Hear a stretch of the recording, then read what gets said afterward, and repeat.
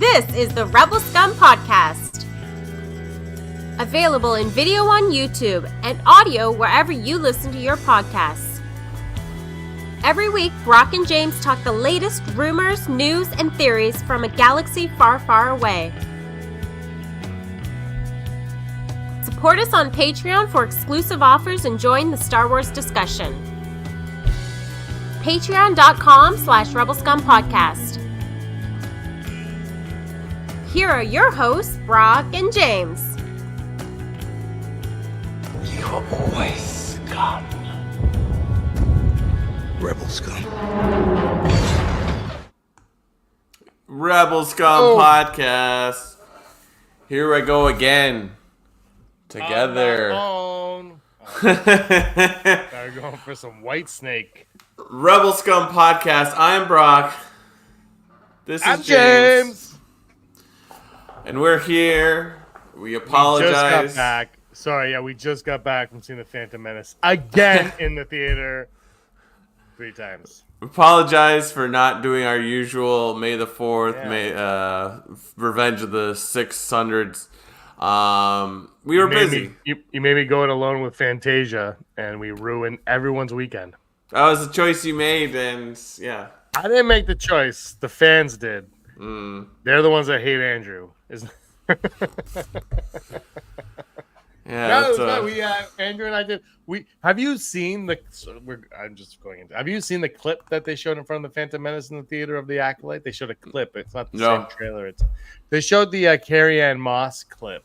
Like the first until she ignites the lightsaber, and we talked about that a little bit. And I didn't really care for the clip. Because I'm not gonna read it. I'm not gonna go into it again because he did a whole video on it. But I just found it was too choreographed. I was looking forward to it, and it just looked very choreographed. So I was very like when I can see like the actors like thinking about it. But anyway, trailer came out the next day though. But you were busy. We're here. We're back. 323rd times the charm. Woo! Look at that. These numbers are getting ridiculous. That's like a year and a half worth of podcasting. I wonder how many actual minutes we've recorded. Like, probably a lot in like all together, but like maybe the main show, I'm not sure. At least 200 hours. Well, more than that because I think our shortest is around 40.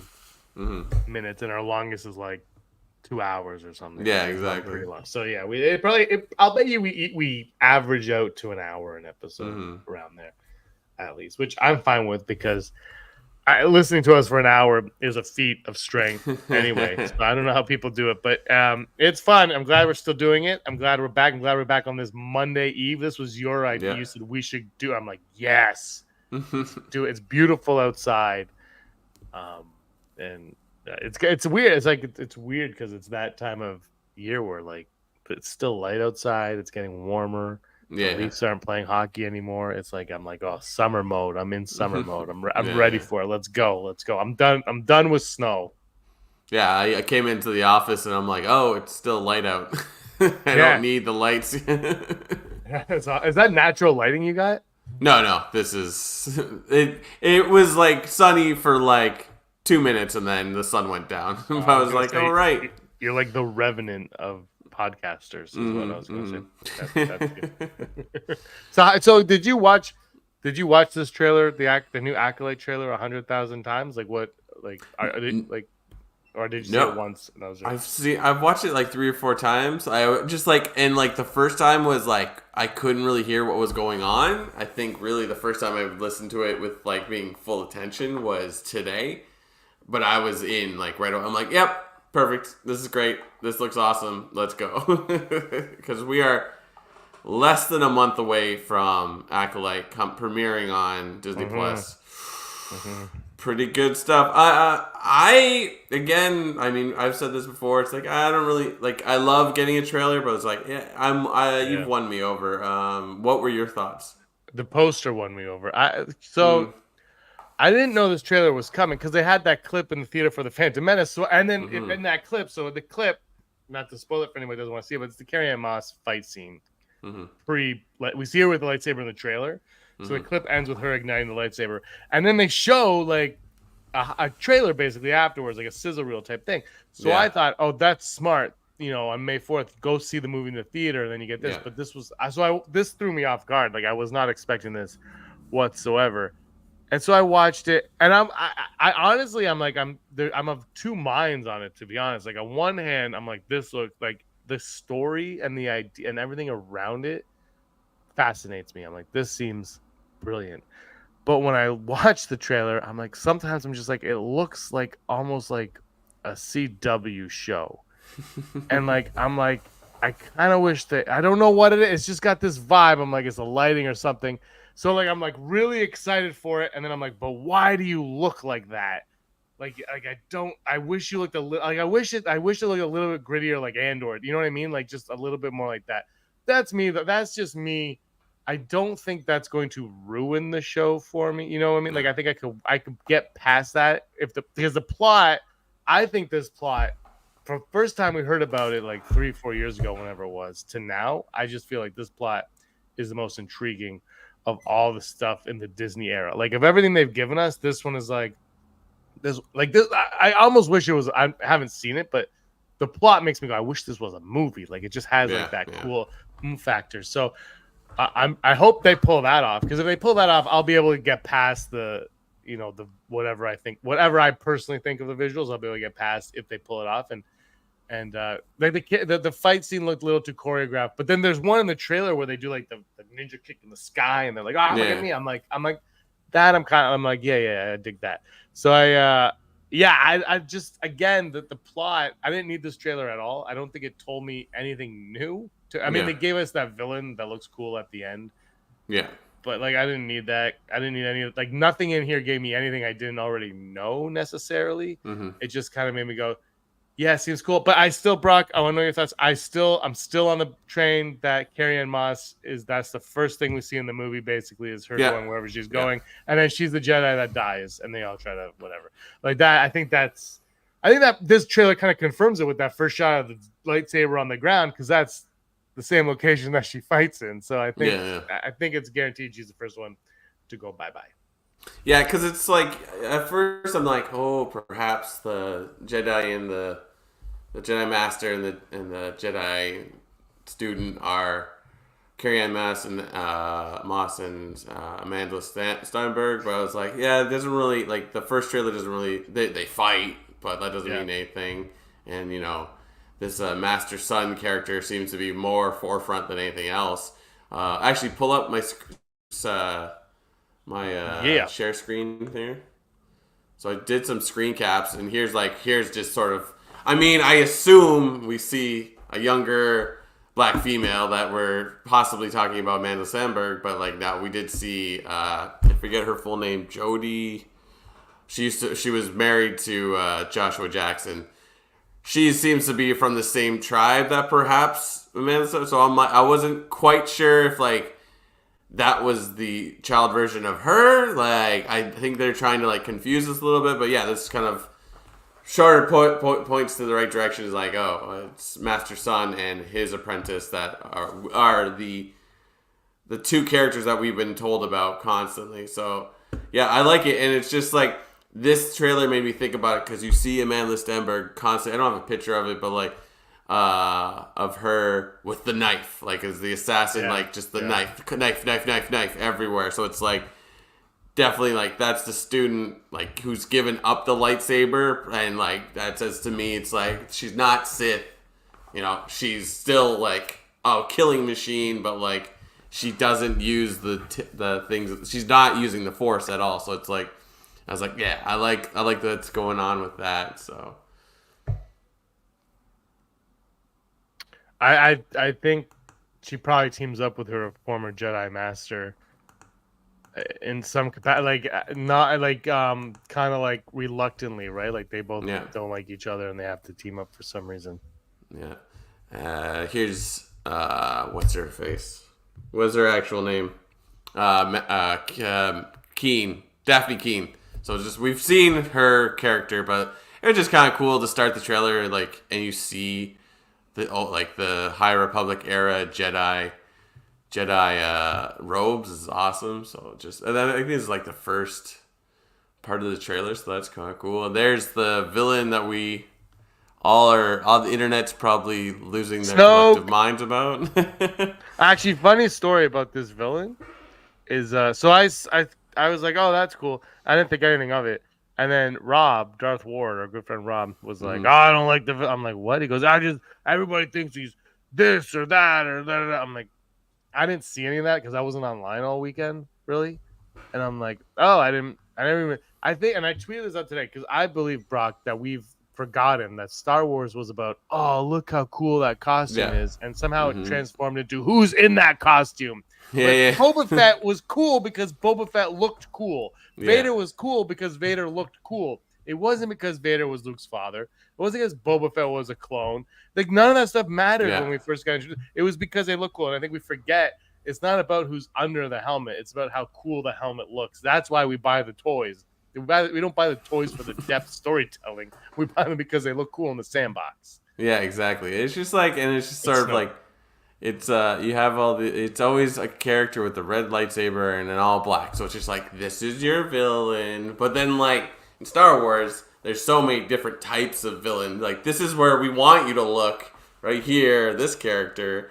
But like, really, the evil guy is the old man pulling the strings, or I'm trying to think of other villains. It's, I don't know, anybody in the Empire. But like, yeah, no, it looks cool, and it's just sort of like, just to throw it out there, and it's just like, so we're definitely seeing a lot of villains. Like, I like that line, it's like, something is hunting the Jedi, so that's pretty sweet, I think. So yeah, the Sith, and it's like, honestly, I was thinking about it because like everyone was all upset. It's like, this rewrites what the other movies did because they shouldn't be Sith around till Palpatine's like, says who? Like, honestly, like, are we believing the Sith now? Like, really? Like, I don't know if you've known this in the movies. They're liars.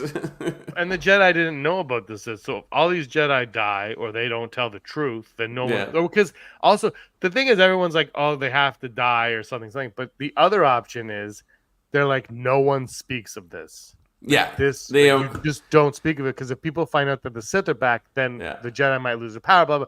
So that, and the thing is, the show is kind of about the corruption of the Jedi from within, right? Which is what the prequels are ultimately about as well. So I think that plays into it too. No, I don't know what the answer is. Yeah, like the Jedi like never omit the truth. They never walk around telling you the actual story. That never happens. Yeah. What really excited me about this trailer was this frame right here. I was like, are we on Octo? Is this Octo? Similar looking, but not quite. But I'm just like, cool. And this kind of has the same vibe. But again, this could all just be CG here. But this has that vibe. I'm like, perfect. I'm in. This I is like that this one. scene. This one dude, he was on what's that show called?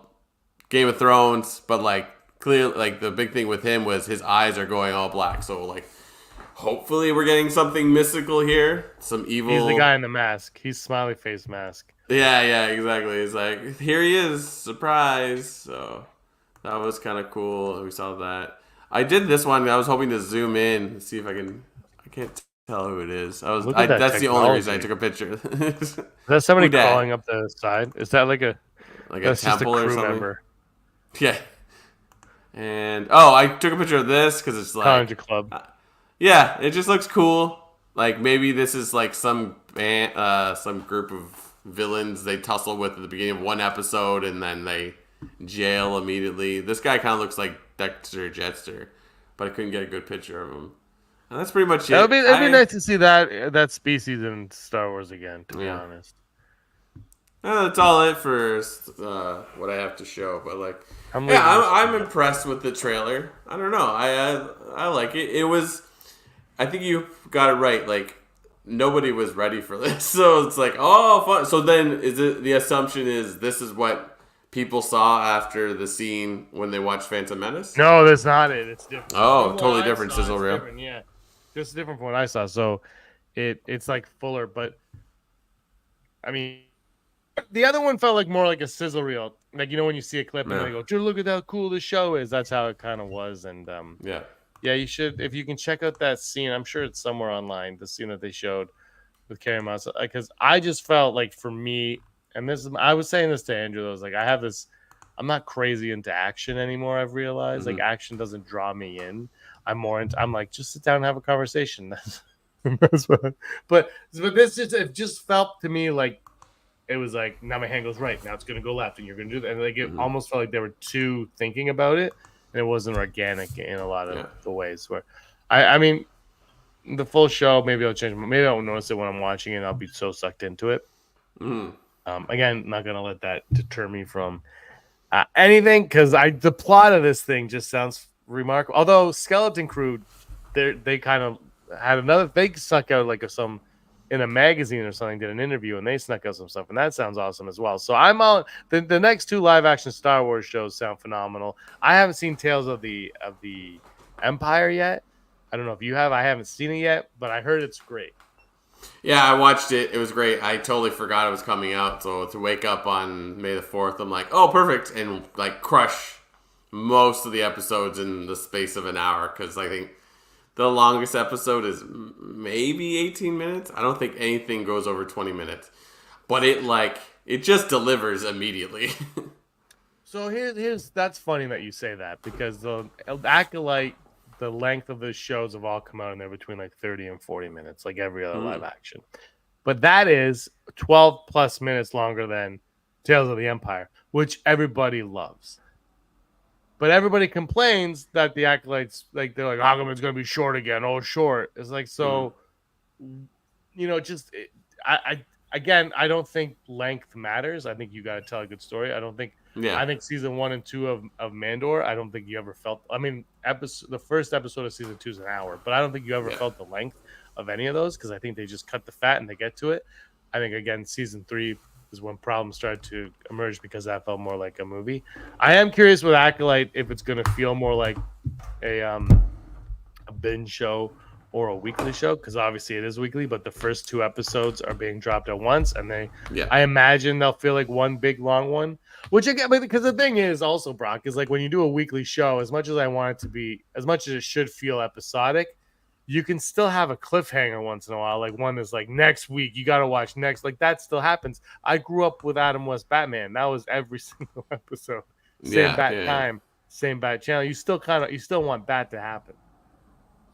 Yeah, absolutely. I mean, I don't mean to bring it up every time, but like X-Men 97 is absolutely delivering that same thing, right? It's like, I'll give you what you want.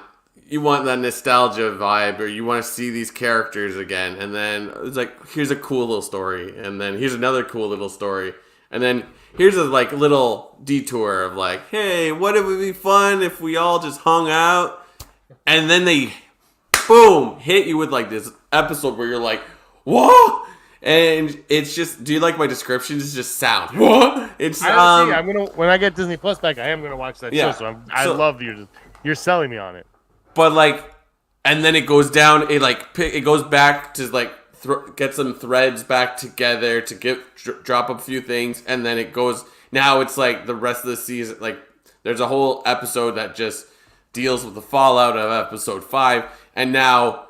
There's 2 more episodes left, and it's like, okay, now we know our villain, now we know our story, and now we finish up to the main battle. It's like, it's so simple. Like, yes, I'm sure the last episode is gonna have some kind of thing, like, oh, guess who's not dead, or guess who's really doing all this. Yeah, and that'll be fun, but like, you can't just wait for that, right? We all love the Easter egg ending for like Marvel movies, but if that's the most exciting thing in your movie, that's bad, right? So it's nice to just have to like be the end, unless you're like, I'm gonna make a second one. It's like hit them hard in the middle. So it's like there's no reason that you can't accomplish it.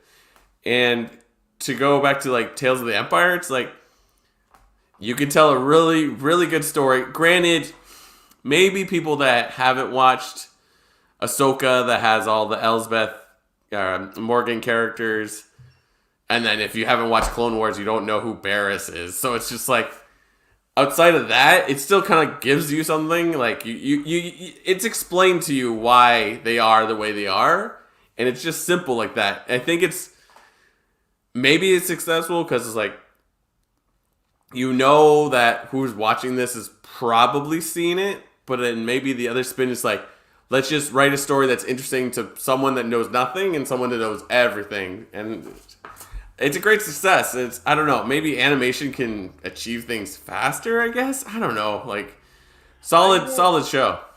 I think that we view animation and live action differently. And I think, because I've seen people praise some animated things, and I look and I say, yeah, but if you do that in live action, it just fails. Like they're so different.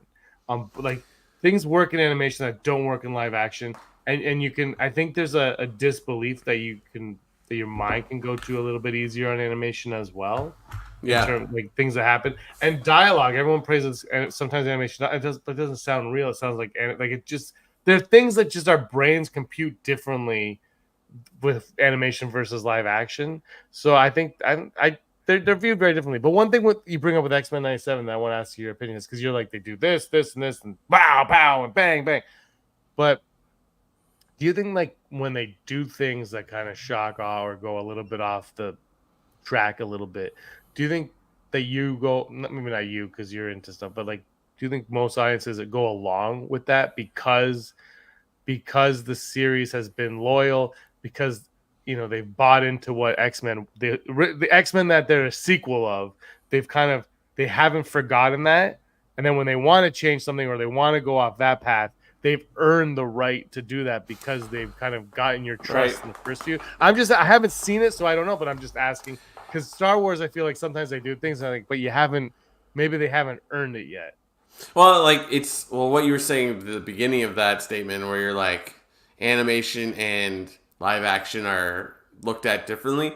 I would have agreed with you maybe 3 years ago, but like from the success of stuff like, and they're kind of the same sort of like genre, but like, One Piece being the popular anime it was, that became a live action Netflix that's a success, and then also Avatar: Last Airbender, where they're cartoons that become live action, and then you can say, well, they had an IP, but both series kind of, specifically the Avatar: Last Airbender series, they deviate a lot. They're like, I'll give you your character, but we're not going to do the same story, because then how is that exciting for like the fan that loves every episode, that maybe has seen everything over and over again? Like, I think Star Wars kind of enters that as well, because they have to think about like, yes, we want to make every one, like the two of us, happy, but it's just like, yeah, but we want to tell a new story. I don't want to make George Lucas's movie. That's already been done. George Lucas has made that movie 4 times. Like, it's just like he's remade it. So it's like, and then like fans, when you think about it, aren't always happy when it's just another remake of a remake of a remake. It's just like, so it like, honestly, I mean, my opinion is biased, but then X-Men 97 kind of does the same thing, because it respects the original cartoon, like maybe bring it, because it brought in the voice actors. It tried to emulate like a modern take on that animation.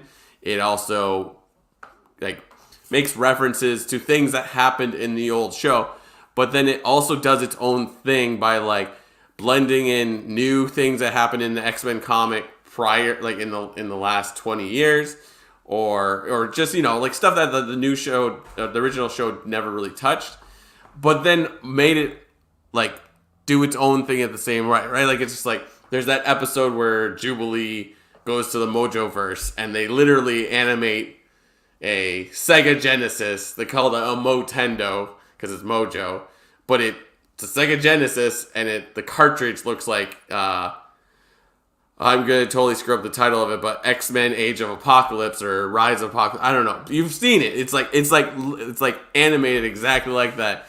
And then they do like a Scott Pilgrim style video game where they're in it. It's just like, and then in that video game references like, oh no, sorry, not in that episode, but there's like an episode where Rogue loses her mind and she does this like flying kick into things that look like Capcom versus Marvel, like that video game. It's just like there's so many little references that you can totally miss, and it makes no difference on if you like the show. So it's like there are ways of like the X-Men '97 example is not great because it's animation to animation, but it's just like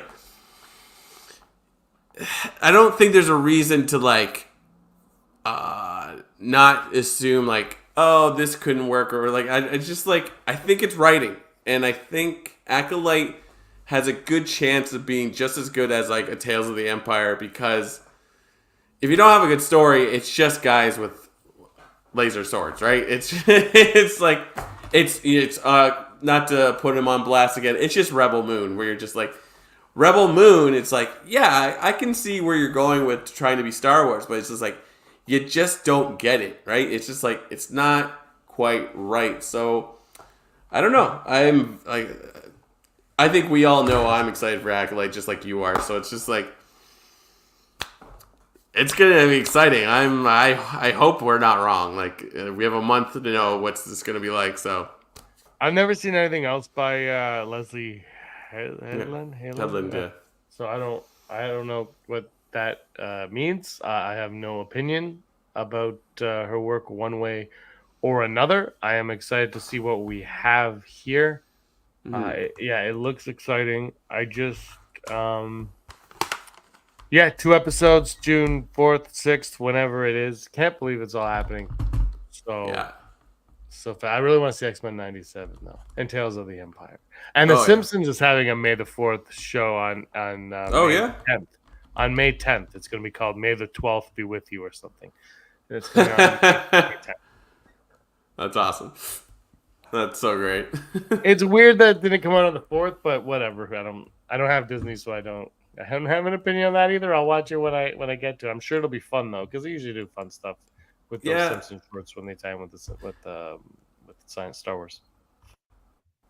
There was like a bunch of things they dropped Star Wars wise like a day later than like the weekend, and it's just like it's always like, what are you doing? But you know what? Do whatever you want. I don't know. It's yeah. I mean, it's exciting. Like I can't believe it's almost here. I was trying to figure out the one like sort of like young male Jedi that we see talking, not the blonde one with the crazy eyes. I was like, but he has sort of like dreads and he talks in the trailer. And I'm like, who is that? He is the male lead in Russian Doll by Leslie Headland. So that's one reason why he's in the show. Oh, like how do I know him? She's just grabbing her people again, huh? Very lazy, Leslie Headland. Very lazy. Who does that? Other than James Almost Gunn, who everyone hates. What did you think of the new Superman costume?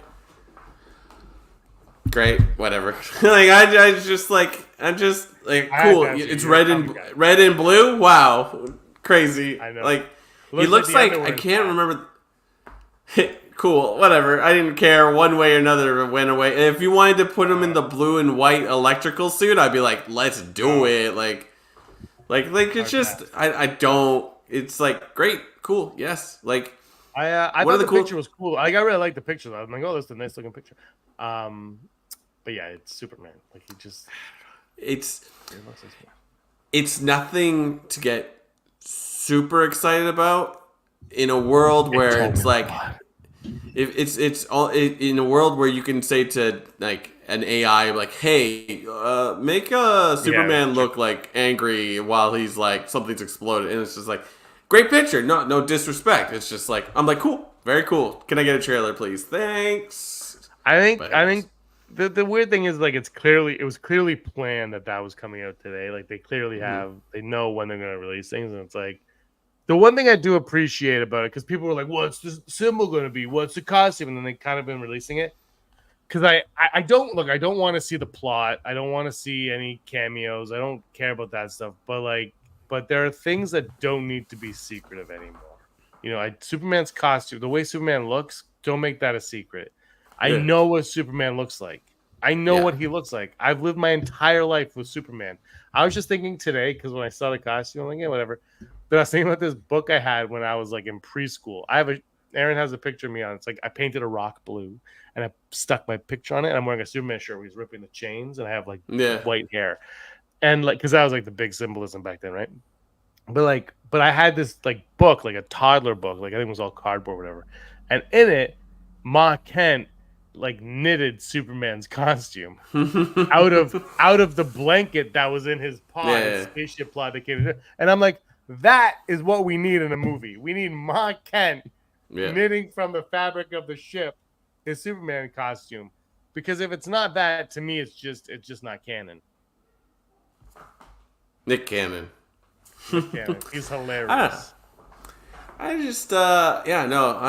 mean, the cast looks pretty dynamite. It's just like you can put anybody in the blue and red. It's not whether he's worthy of it is we won't know until we watch that movie, right? So and we won't agree on it anyway. So what is it? And it's not really that surprising that he's in the blue and the red. You're not gonna like James Gunn. I think James Gunn's gonna do a good job. I think I'm gonna get tired of James Gunn fairly soon. But it's like he's not stupid enough to do something drastic. Like, let's put Superman in like some crazy costume. It's like, let's not put him in black. Like, let's just not touch anything to do with Doomsday for a hot second. You know? No, I love the Death in Superman story. Like, I love that story. Sure.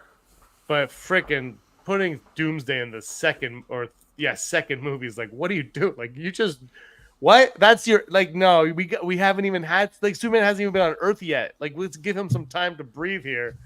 I love Batman v Superman. I'm like one of the 17 people that love that movie. Yeah. I do not love that Doomsday shows. Like, that is something every time I'm like, why? Like, stop it, man. Stop. Like, just end it. Like, save Martha and get out of there.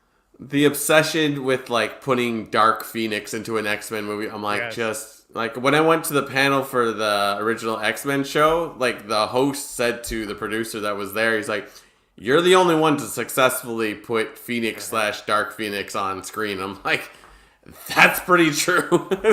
And the difference, though, the one big difference, though, Brock, is X-Men was a TV show with multiple episodes. Yeah, where they could. And then I do think Phoenix could have worked in X-Men 3 had they made X-Men 3 not at what it was. Like, if they actually would have focused on something got lost along the way. Like, I think they built up towards it a little bit. Like, I think it had more potential than the maybe even the new one had more potential. I don't know. I think X-Men 3 had more because of how X-Men 2 ends. X2 because of the way it ends, I think. But anyway, they botched it. I'm agree. I'm not saying they did, but the cartoon is 100% the only thing. But again, it's a series, though. They had multiple episodes to tell the story, to flesh things out. You got to know Jean Grey over however many years it was on TV. It feels like it was on for a decade, but it could not have been on for very long because 5 years. The 90s was that. Wow, that's actually pretty. That's half a decade. That's not bad. But anyway, you grew with Jean Grey, though, right? Like, Jean Grey became a solid character. Well. Yes and no. It's just like when you rewatch the X-Men, it's like it's not like the best narrative, but it was for kids. Like, that was the thing. No, but, it was just like, we're like, oh, that's amazing, and we would see a bunch all in a row, right? So, but what I'm saying though is like you watched Jean Grey weekly, is what I'm saying. Like, she was part of like you. That was a character. Yeah, you had time with it. Exactly. That's all I mean. Yeah, because I was like, I watched. When I think back, He-Man and Thundercats were shows that I watched like religiously as a kid. I don't know what the hell they were about. People tell me it was about this. I'm like, oh, really? Because when I was a kid, Panthro was awesome because he had nunchucks. And exactly. I was Panthro for Halloween. Like, I don't know. They're like, the plot though, Eternia. I'm like, dude, Eternia, whatever. He-Man, he got a sword, and his cat was awesome. I was also He-Man for Halloween because he was blonde. But like I didn't know that there was like an overall arching plot and all these things. Yeah, exactly. I don't care about your world building in He-Man. What does it look cool? Oh, there's slime falling from the mouth. Let's do it. That was what I'm in for. You watch things very differently as a kid. But what my point is though, when you have Jean Grey weekly, whether the kid story connects or not, and the character turns into Dark Phoenix, that's a progression regardless. Yeah, so it's just like Star Wars. The equivalent of Star Wars is like, how quickly can we get Palpatine mentioned in this, or how quickly can we just drop a Sith in? So it's like, maybe let's stray away from that, because there is numerous ways you can make things exciting. Like Bad Batch. I just finished watching that. Oh, I haven't seen it. Solid ending. Yeah. It just gives you everything you want, and it's just like, yeah. And it was a series that wasn't like focused too hard on giving you like an explanation on everything. It was just like, okay, I have a story that like it's typical Filoni where it's just like. It's like, oh, that was fun, and then like the last season is like, this was the whole point of that, and it's not like there's like a ton of callback, but it's just like, it's like I want to tell a story about these 3 to 4 characters, and it works out. I think it's solid, and it's just again, there's almost no Jedi in it. I can't remember if they run.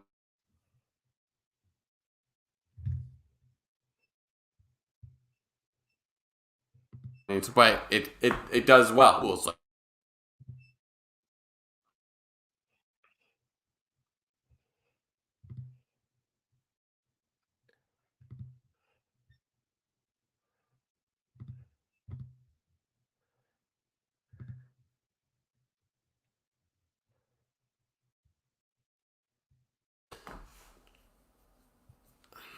I froze.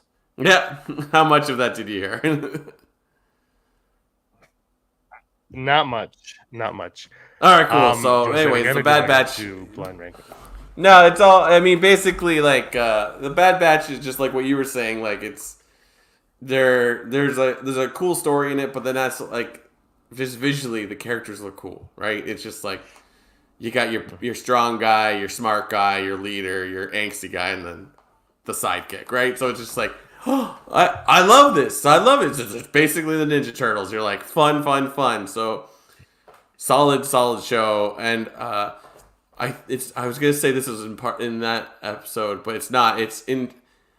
I haven't looked into this, but in Tales of the Empire, they bring in like the second part of this of those 6 or 7 episodes is talks about Inquisitors because Barriss joins the Inquisitors, right? And they show the one Inquisitor that you see in Tales of the Jedi with the Ahsoka storyline. Yeah. But there's someone standing, there's an Inquisitor standing beside that Inquisitor that looks like the Sith all in black from Ahsoka. Malrog, Marok. Marok. That looks like, I have not looked it up, but it looks exactly like it, and I'm like, whoo, so what is that? And stuff like that is just like, perfect. I don't need to know. I don't need an explanation, but like that would be awesome. Let's see. I'm looking if Marok was in Tales of the Empire. Apparently they're present. Well, that was a month ago. I have no idea. All right, you want to go to blind rankings? Let's do it. Blind rankings. I'm going to give you 5 persons or things or places or whatever, and you're going to put them in order 1 through 5, not knowing what's coming next. Are you ready to go? Let's do it. All right, this is in celebration of The Phantom Menace hitting theaters this weekend and being the number 2 movie in the box office. Isn't that crazy? It was number 2 That's in the wild. box. Like everyone's like, we're not going to go to the movies unless the thing. Okay, they only made like $8 million or something, but it was still number 2. Yeah. But how do you can't tell me that Disney isn't looking at that going, people are itching for Star Wars in the theater. Like people are going out to see the Phantom Menace 25th anniversary. This thing's been re-released. It was re-released. We went to go see it in 3D during that re-release. Like it's already been re-released. It's not like it's the first time in 25 years to see it in the theater. So it's like people are itching for Star Wars on the big screen. Let's go. All right, so here we go. We are going to have Bunta Eve Classic Pod Racers. Bunta Eve Classic Pod Racers. You're going to rank them. Okay. We're going to start with Adi Mandrell. Adi Mandrell. 5. If you don't know who Adi Mandrell is, Brock, I just don't think you're a Star Wars fan. Apparently not. If I spell it wrong, Dale will be upset. Sabalba. I'm gonna make a gamble and put him at number 1. Oh, Sabalba, number 1. Mistake. I'm going to tell you right off the bat. You made a mistake. Rats Tyrell. Rats Tyrell.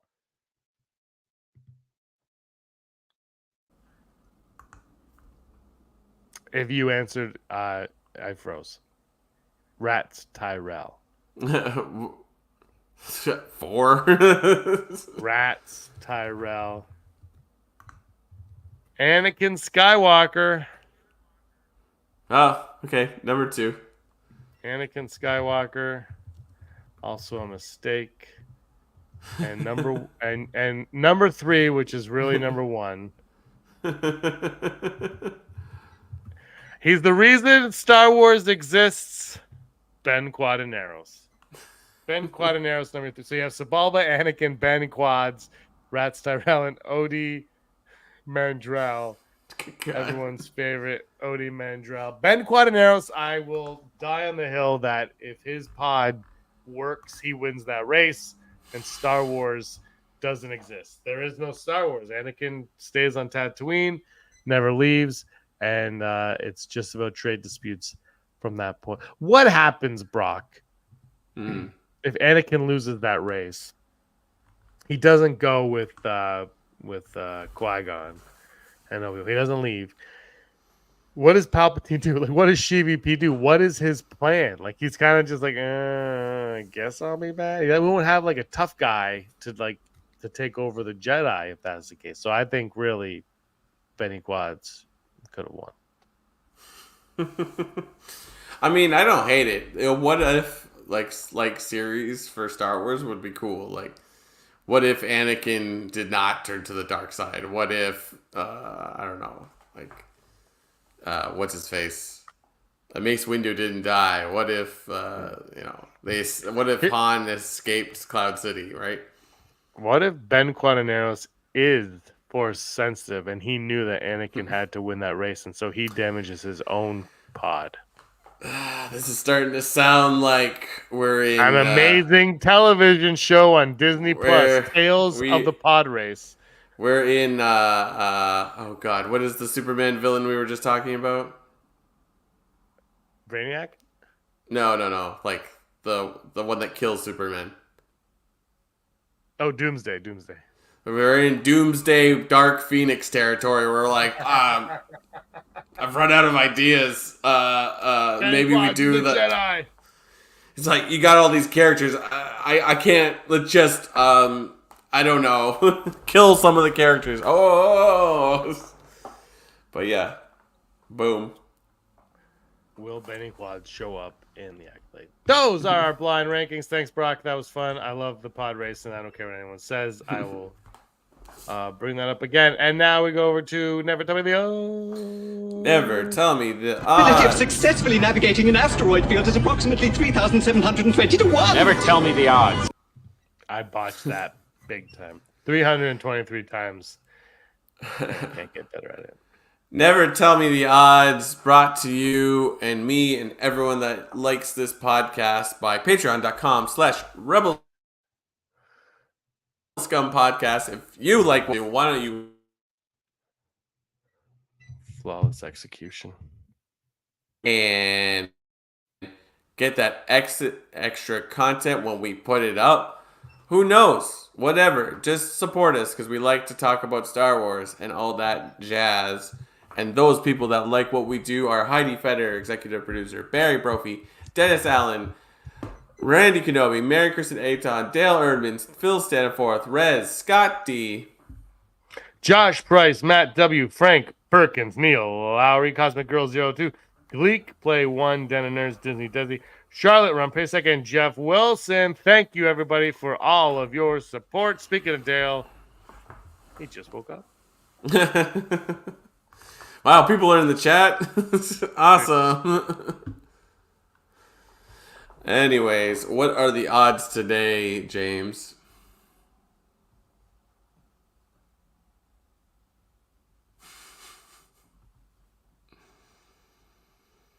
And he's frozen. I have no idea if this is going out into YouTube. So I'll just keep talking. Never tell me the odds. This is the fun part of if this is getting to... Oh, it is getting to YouTube. Perfect. I'll just keep talking. Never tell me the odds. What are the odds that James will come back on? It's a perfect freeze. It's so good. He's not blinking. But it's like, it's not... Talk Brock. So he's gone, so I'm here. But anyways, how was everyone's May the 4th? It was pretty solid, even if you did nothing, which I didn't. I didn't even put on a Star Wars shirt. I was like, yowza. So just busy. So I think it was pretty cool. Like, Tales of the Empire, pretty solid. A lot of solid merch put out, of course, toys, what have you. Uniqlo put out their new Star Wars whatever shirts, so check that out. They are some really cool shirts. Just got this today. Solid. So, there he is. Whoo! I was running out of things to say. It's not my internet. It's my laptop. I had internet. I was doing tests. So it might be time to upgrade my laptop. Well, I never tell me the odds. Sorry. That's all good. I know you're usually like, James, I want a good solid 3 minutes where I just talk. But I don't want to be prepared. It has to happen out of nowhere. So you're welcome. It'll be solid while I'm reading the news. Like, that's the best part. It's like the time where I'm only talking. Since I switched internet, this is the first time it's mucked up at all. It was today's. Well, it's not bad because, like, if your internet truly failed, the whole stream would have ended, right? So optimistic and so. No, it wouldn't have. Because but like, you're the host. No, I'm not. It's StreamYard is. We're both like this. Okay. We both come at it. It's not the same. I know, because I was done. Because this laptop lost internet, but my phone didn't. So I almost was good. I was going to come on StreamYard on my phone and be like, I'm back, but I didn't have to because by the time I got it open here, never tell me the odds. Oh no, I think I just deleted it. Oh no, it's here. I got it right here. Never tell me the odds. Luke Skywalker will be mentioned in Skeleton Crew. We didn't talk about Skeleton Crew.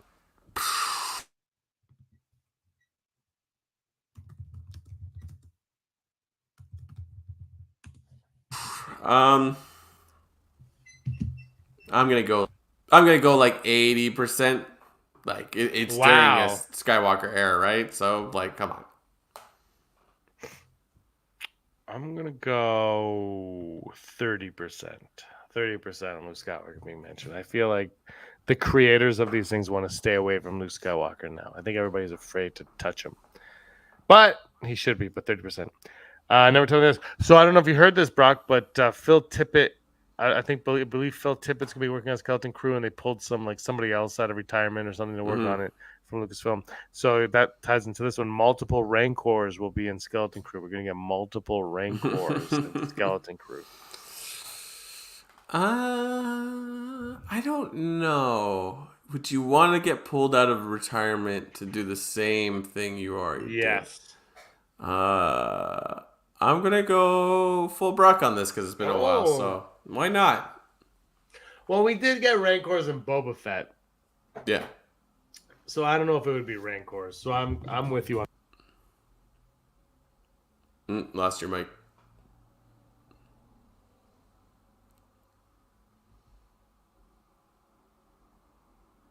We lost your mic. Can you believe we were at Celebration 7 years ago? Is that what you said? Yeah. Yeah, I can't believe it. Because I'm wearing this shirt, which we got at Fan Expo. Yeah. I don't know when. Nice. We got it at Fan Expo. It says Fan Expo Canada. But I looked and it says 1977 on it for Star Wars, obviously. And we were there for the 40th anniversary of Star Wars. And in 3 years, it will be 50 years of Star Wars. Like, wow. I'm like, so that means we were at Celebration 7 years ago. It's just COVID, like, sucked time in, or I'm getting old and time goes by faster as you. Yeah. And our final odd, at least 6 Jedi will die in the Acolyte. At least 6 Jedi. 100%. Wow, Mr. You have it Mr. like Sith the High Republic has an influx of Jedi, and you say in the trailers like somebody's hunting the Jedi, and actually the High Republic story loves killing Jedi. So Okay. yeah, absolutely. Oh, but a TV show likes to keep the same characters. That's fine. It's no different from a book. You follow the same characters, and the people that die are generally there for a second and then go away. The red shirts or whatever. And then, like, maybe you kill 1 or 2 important ones. Do you know, the only thing I hope, though, is because, Walking Dead was cool. You didn't know who was going to die in Walking Dead. And then those kind of shows that get to a point where it's like, can't touch these characters anymore. And then as an audience, you're like, you kind of figure that out. Mm-hmm. And I haven't seen Walking Dead in forever, but it got to a point where you're like, well, this character's not going to go that. And then, and then they throw one in there like once every 5 years after that. But I hope if this is the case and they do kill Jedi, that they are not afraid to off someone higher up when it comes time. And don't do it just to do it, but don't be afraid to, like, if you write a scenario and you're like, oh man, someone's got to die or we have to do something stupid, kill the character off. That's what I'm saying. Is like, don't be afraid. Like, don't fall too in love with your characters. If Carrie Ann Moss survives the first episode, I'll be shocked. Or second episode, like. Yeah, I think she's gone. I don't even think we'll get her name. She'll just be. Although she's in a different shot in the trailer that we were talking about earlier. She's in a different shot where they're outside on like a mountain or something. So I don't know. I still feel like that's probably precedes the fight scene, but anyway, whatever. But those are what did you give an odd? Did I give an odd? Did we give numbers on that one? Yeah, I gave 100%. I can't remember what you said. I don't think you said anything. 61%. Just because you went 100, so I'm going to try to balance this out a little bit. But I do think they're going to die. I hope they're not. I hope it's not like totally red shirt. Like I want to have some, some characters where I'm like, oh man, I cared about that character and that character's dead, and it's not just the first one. It's like episode 4, like just all you're like, oh wow. Mm-hmm. But they're playing on multiple seasons, so who knows how it goes. All right, you got the news? Yes, let's do it. Holla news, da da da da da. Holla news, da da da da da. Holla da da da da da da. Someone sign me for a song contract.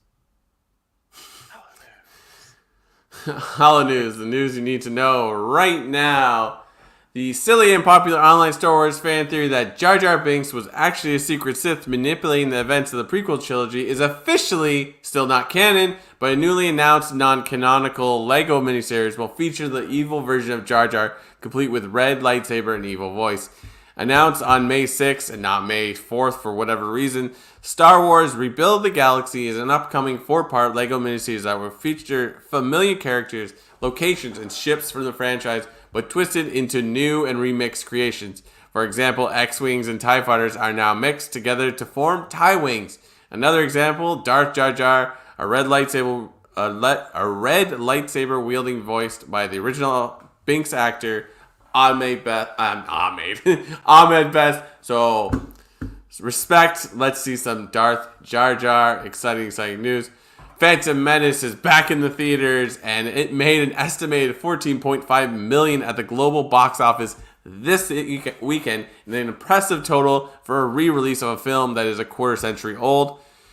Released on Friday in celebration of its 25th anniversary and timed on May the 4th for the Star Wars Day, made $8 million domestically, which helped it take to the number 2 spot at the box office. It was shown in 2,700 domestic theaters, including 150 premium large format screens and 130 special motion D-Box 4D auditoriums.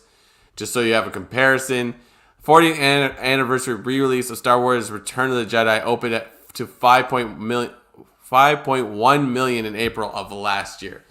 And in our final story, during an interview with Collider's Steve Weintraub of CCXP Mexico City, creator of the Star Wars Skeleton Crew, used a combination of new and traditional special effects techniques. I got to use all the cool stuff on my most recent Star Wars show. We had previs, mocap, we shot on the volume, we did everything. But the most fun part was we also used the old school techniques as well. We got Phil Tippett to do stop motion. We did matte paintings, like real old-fashioned matte paintings. We got an ILM painter out of retirement to come out and do that. So to me, all this stuff that is fun, but it's just not. But it's just another tool, and it depends on how you use it. And of course, hardcore Star Wars fans are likely familiar with Tippett's contribution to the franchise after being tasked with creating the stop-motion chess game on the Millennium Falcon. For the original Star Wars film, Tippett co-developed the stop-motion animation technique used to animate the AT-ATs and the Tauntauns in Star Wars Empire Strikes Back. While fans are still debating the best balance of CGI and practical effects in sci-fi films, most are likely thrilled to hear Star Wars Skeleton Crew is using everything in the special effects toolbox. George Lucas is often criticized for overusing CGI in the Star Wars prequel trilogy, so fans are usually happy anytime the franchise returns to basics. And it's true, when you go back to that old style, it's all in. But we'll just have to see what happens when we watch it. And this has been your Hollow News. Da-da-da-da-da. Just Boom. very exciting. You know what? The whole like too much CG. I don't know if that's accurate. I mean, Phantom Menace had the most miniatures of any movie ever, and there is a lot of CG in the. There's a lot of CG. I'm not debating that there isn't a lot of CG because obviously there is, but there was a like versus puppets. I don't know. It's like if you don't do that, then we don't have Planet of the Apes. You know what I mean? Like you don't get this, you don't get that. So I think Lucas understood. I think that was Cameron when he talked to about Force Awakens when he said, "Yeah, but it didn't do anything technologically. That's what Star Wars does." I think that was his gripe with the Force Awakens, because George Lucas was like, "Okay, we're gonna make this movie, but we're gonna make this and we're gonna push this forward. And this might not be perfect, but because of this, in 20 years you'll have the volume." You know what I mean? Like there was things like that came out of that. So whatever, man. The Phantom Menace was the bomb in Phantoms, yo. Top 5. I'm not like the Lego specials, Brock. I'm not honestly the craziest about. I find them fun, but this one I'm like they know what buttons to press and like how to hit it, and they do it right. And like, and I'm glad that something in Star Wars is allowed to have fun also. Yeah, why not? Like, come on. All right, top 5 moments from the Acolyte trailer. Don't get scared now. It's a Home Alone quote. My number 5 is that peace is a lie. The quote, that peace is a lie. Jedi believe in peace, but peace is a lie. I'm like, that kind of lines up with Mark Hamill, Luke Skywalker in the Last Jedi trailer, which I believe most people like that movie. I don't think many people don't like it.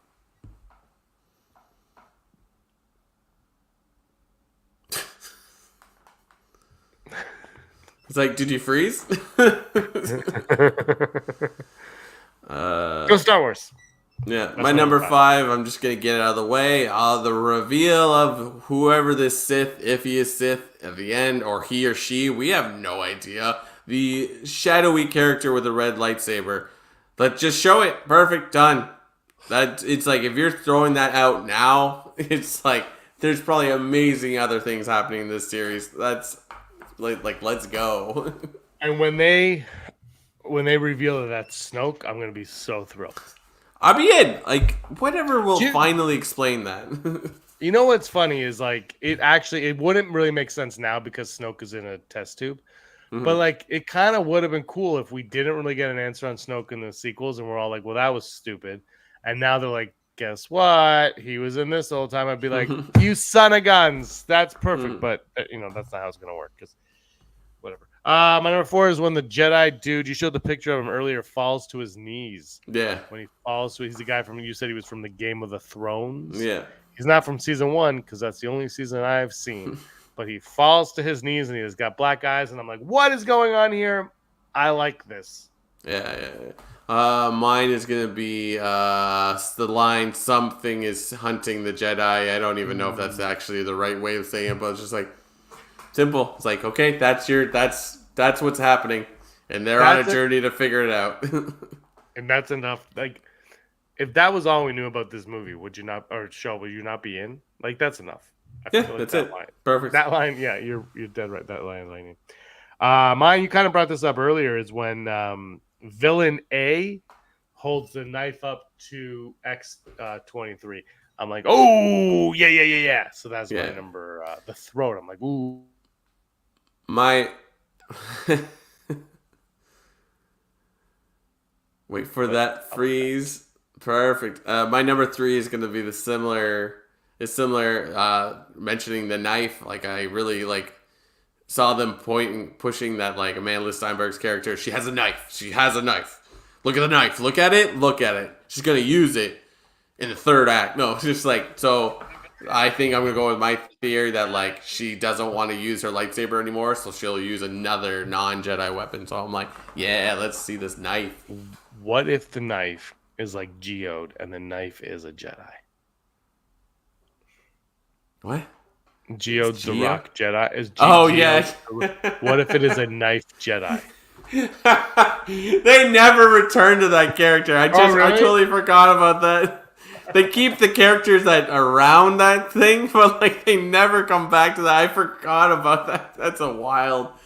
That'd be amazing. You could absolutely do that. Knife Jedi. My number 2, you've already mentioned, is who are you? And then he's got the red lightsaber and the reveal. Yeah. I'm all in. You know me, man. Cool masks. Let's do it. I mean, that's what Star Wars is about. I don't care. I do not, Brock. Do not care who's under that mask. Could be another fart for all I care.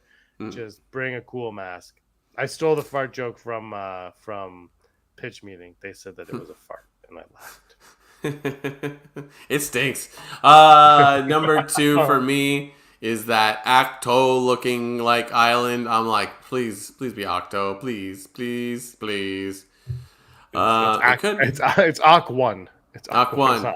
It's not Octo. It's Oc on. Oc finger. Yeah, that's my number 2. My number 1 is when the one lightsaber is holding and the rest are spinning and igniting as they spin. Oh yeah. Number 1, Star Wars Jedi. Let's do it. I don't care. Lightsabers. Okay, fine. Lame. No. Awesome. Let's go. I don't know what my number 1 is. I don't want to be something lame. If you put the subtitles on, you can see more character names and stuff like that. You get to hear their voices and what have you. So it's that was pretty neat. No, I'll go with you. We've already seen it, but the shot of all their lightsabers ignited, I'm like, that's awesome. I'm like, I am in. all in. Yeah. All right. Those are our top 5. Let us know what your top 5 are in the comments below. Brock, the Jays are off on Saturday. That kind of sucks, but you got some breakage from the Jays. How are you feeling? Because they're pretty good this year. They're probably going to win their division. Might make the World Series. Probably will win the World. They haven't lost a game yet, if I'm not mistaken. Oh no, sorry, I'm very mistaken. They suck. Nothing matters till after the All-Star break. Then nothing really matters till August. So nothing matters because they're the Jays and the computers say pull your pitcher. Yeah. So I get paid regardless if they win or lose. So let's go Jays. Guys, when I used to do hockey, that's what people would. Somebody from an opposing team would be like, haha. I'm like, I'm doing the broadcast. It's the broadcast. It's not about one team, not all of them. Anyway, that's 323 episodes. Wow. Acolyte. Do you have a favorite character in the Acolyte based on the trailer? Who you're I think I'm really drawn to this. Drawn to which one? No, is there someone that you're I want to see more of this character based on the trailer? I mean, Daphne Keane, I just haven't really seen her in much since Logan, and she was in that Golden Compass show. So I'm like, oh, very cool. And I want to see if she was telling the truth as this is going to be some cool stuff. I'm like, all right, let's go. She said that and people actually got mad. And I'm like, and I just. No. But if you're going to do a lightsaber battle or anything, why would you? I brought this up last week, I think. But why would you not want it to be the best one? Why would your goal be to be we'll do it pretty well, but we won't do it as well as previous ones. Yeah. That's how you just froze on me, and I was like, "Oh no, my internet's dying." I have. You know what? We should have started this at 9 because now I have full bars. Full bars. Why would I do this early? Yeah, I don't know. If you're gonna do something, do the best you can. Make it the best you can. Make it the most exciting. Try to be the best. I'm not saying it's gonna be the best lightsaber fight, but I'm glad that they aimed high. Like, why would you aim low? That's my like. Why would you be like, we're going for 7th best here? We don't want to be as good as Empire or the Vader hallway scene's great. We're kind of like under that. Yeah, I don't know. I'm just, let's go. Like, it's just like, as much as I want new Star Wars things, I also enjoy Tales of the Empire. That's just like, oh, you know this character? Here's some more story about them. It's like, it's just so easy. I'm like, yeah. And that's what we used to read. Like all these shows, to me, these shows are the books. Like there's no, I mean, they're still books, but these are the books. These are just those kind of stories. And the movies will always be the movies, and hopefully we get a movie sooner or later. All right. Anything else you want to say before we wrap this up? Nah.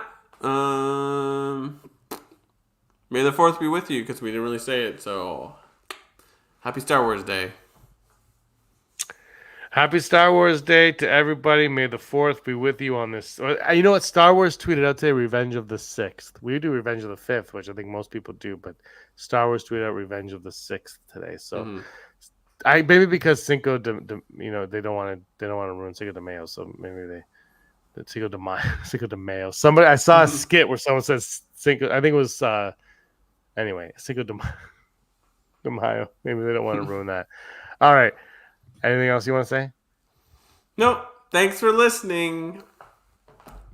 Brock, you were always scum. Rebel scum. You're going to have to wait a second. Scumbags, thanks for watching. Don't forget to give us a thumbs up on our video. As always, please subscribe to our YouTube channel, Rebel Scum Podcast, for all the latest videos.